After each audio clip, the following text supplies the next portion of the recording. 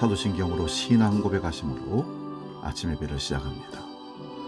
나는 전능하신 아버지 하나님, 천지의 창조주를 믿습니다.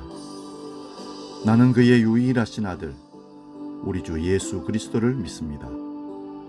그는 성령으로 잉태되어 동정녀 마리아에게서 나시고 본디오 빌라도에게 고난을 받아 십자가에 못 박혀 죽으시고 장사된 지 사흘 만에 죽은 자 가운데서 다시 살아나셨으며 하늘에 오르시어 전능하신 아버지 하나님 우편에 앉아 계시다가 거기로부터 살아있는 자와 죽은 자를 심판하러 오십니다. 나는 성령을 믿으며 거룩한 공교회와 성도의 교제와 죄를 용서받는 것과 몸의 부활과 영생을 믿습니다. 아멘.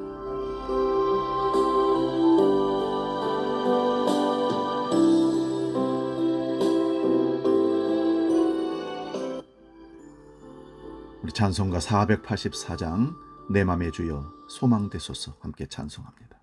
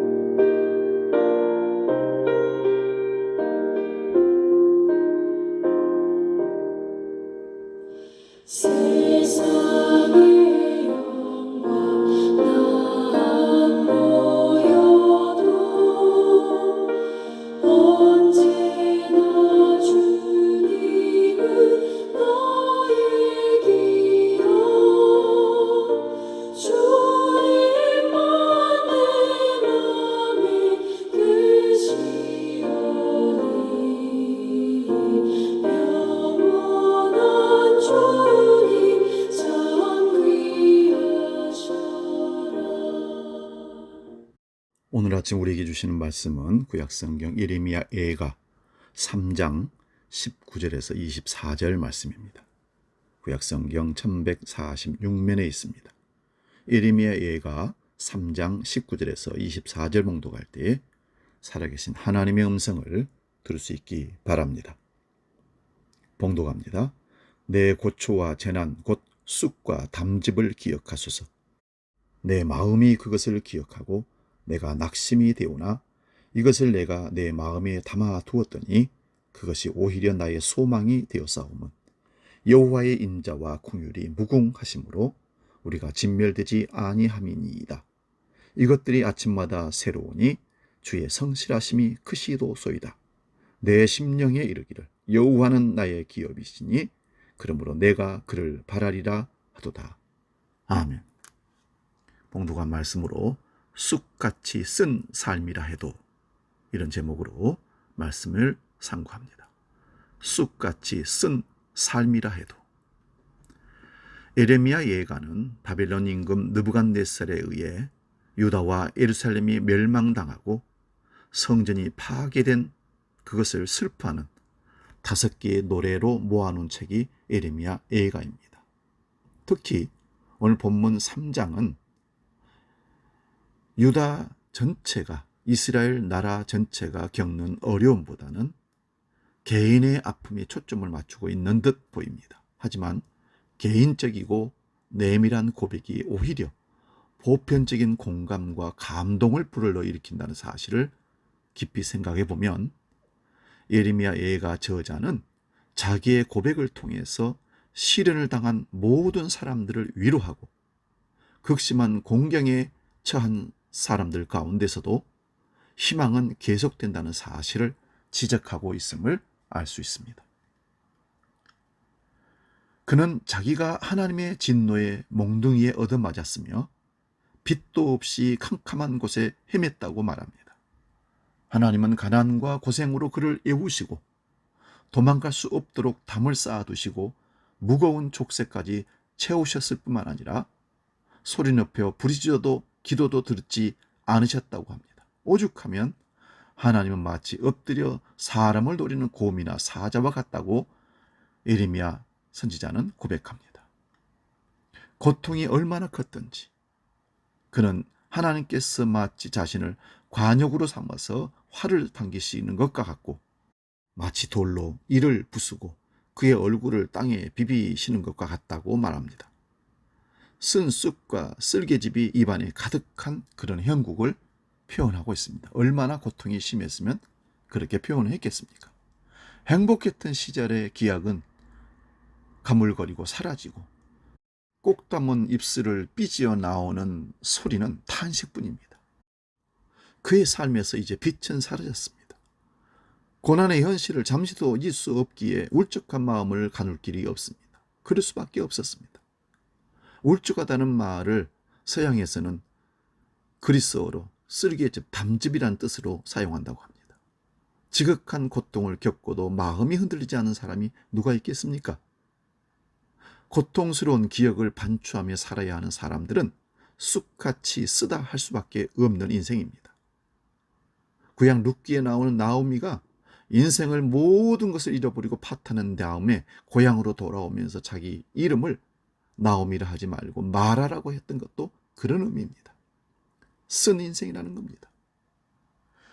이 무한한 우주 속에서 자기의 자금과 무력함을 절감할 수밖에 없는 사람들, 되고 싶은 나와 현실의 나를 생각하며 안 되니까 절망하는 사람들의 표정이 밝을 수가 없지요.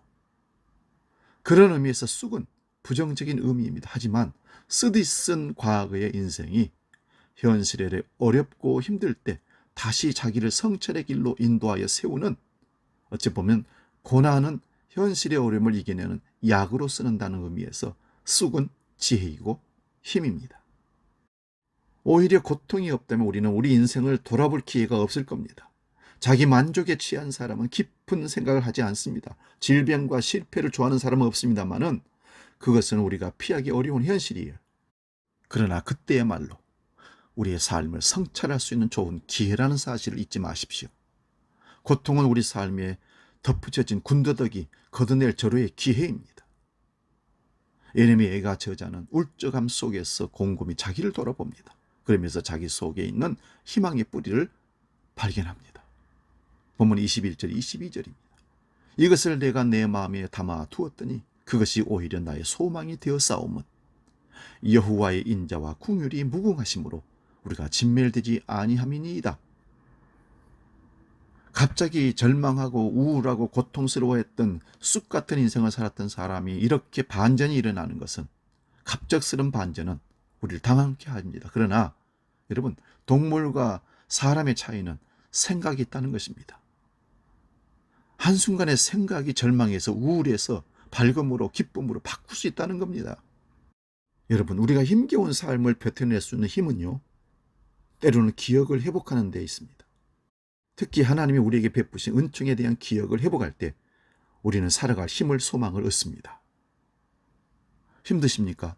과거에 행복했던 그때를 회상해서 끌어보십시오. 그것이 약이 되어서 오히려 나를 세우는 기회가 될 수도 있습니다. 생각해 보면 힘겹지 않은 삶은, 그런 삶의 시기는 없었습니다. 어느 때든지 고뇌는 있었습니다. 좌절과 아픔이 없이 지나온 평온한 삶은 결코 없습니다. 하지만 돌이켜 생각해 보면 그 속에서도 아름다움이 있었고 위안이 있었고 즐거움이 있었습니다. 우리 가난했던 시절을 살아온 사람들입니다. 그때 슬픔만 있었습니까? 그렇지 않습니다. 아웅다웅하면서 살았던 그 인생이 지금 보니까 행복했던 시절이었던 것을 기억해 봅니다. 풍요한 삶 속에서 과거가 무조건 아픔이고 과거가 무조건 우리의 절망이었다고 생각할 필요는 없습니다. 그때가 참 좋았던 것을 우리에게 또 기억해 주게 합니다. 믿음의 눈으로 돌이켜보면 하나님의 사랑이 우리를 꼭 붙들고 있음을 깨닫게 됩니다. 행복의 날도 지나가지만 여러분, 고통의 날도 이 또한 지나가리라. 하지만 지나가는 날들 속에서도 변치 않는 것은 우리를 향하신 하나님의 깊은 사랑과 은혜입니다. 그 사랑을 기억해내는 순간 고통은 나홀로 견뎌내는 것이 아님을 알게 됩니다. 신앙은 고통 없는 삶을 약속하지 않습니다. 탄탄대로로 절대 고통 안 합니다. 아프지도 않고 죽지도 않습니다. 그런 말씀은 없습니다. 신앙은 고통을 창조적인 기회로, 계기로 바꿀 수 있는 힘을 제공합니다. 물론 세상에서 우리의 이성으로 이해할 수도 없는, 날뜨갈 수도 없는 일들이 자주 벌어집니다. 욥의 고통도 그런 것이었을 겁니다. 하지만 하나님의 선하심을 신뢰하는 사람, 누군가로부터 사랑을 받고 있음을 확신하는 사람은 고통의 현실에서 주저앉지 않습니다. 그는 넘어진 자리에서 일어나 더 높은 곳을 향하여 발돋움합니다. 물론 고통과 상처를 자기 안으로 받아들이기까지는 많은 시간이 필요합니다. 코로나 위기로 순쑥과 같은 삶을 살고 있습니까? 순쑥과 같은 체험은 개인에게만 국한되는 것이 아닙니다. 우리나라가 일제 36년과 6.25를 겪은 것은 쑥 같은 역사입니다. 그 세월은 고스란히 분단의 세월이 계속되고 있지만 이 민족을 향하신 하나님의 사랑은 계속되고 있습니다. 그 과거 아픔을 잊어서는 안 됩니다. 그것을 오히려 앞으로 나가는 전진하는 힘의 원동력으로 쓸 필요가 있습니다. 순쑥과 같은 삶이라 해도 우리의 고향이신, 본향이신 하나님에 대한 믿음을 버리지 않는 한 우리는 일어설 것입니다. 쓰리개집 같은 역사로 해도 하나님께서 이미 우리 미래의 고향을 만들어 놓고 우리를 기다리고 계십니다. 눈을 들어 주님을 바라보십시오. 그리고 주님의 꿈을 여러분 삶 가운데 이루어 내십시오. 주님은 내가 가진 모든 것, 주님은 나의 희망. 오늘 애가 저자의 고백이 우리의 고백이 될 수 있기를 축복합니다.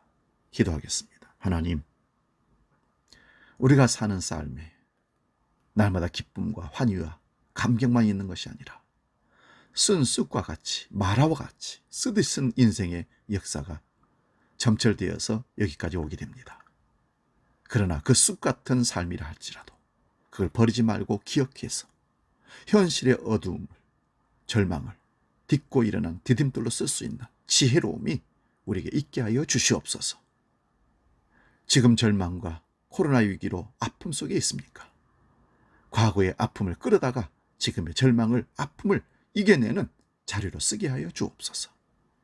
이제는 우리 주 예수 그리스도의 은혜와 아버지의 크신 사랑과 성령님의 감동, 교제 역사 충만케 하심이 소망 가운데 주님을 바라보며 소망하는 모든 믿음의 식구들 머리 위에 영원히 함께 계시기를 간절히 축원하옵나이다. 아멘.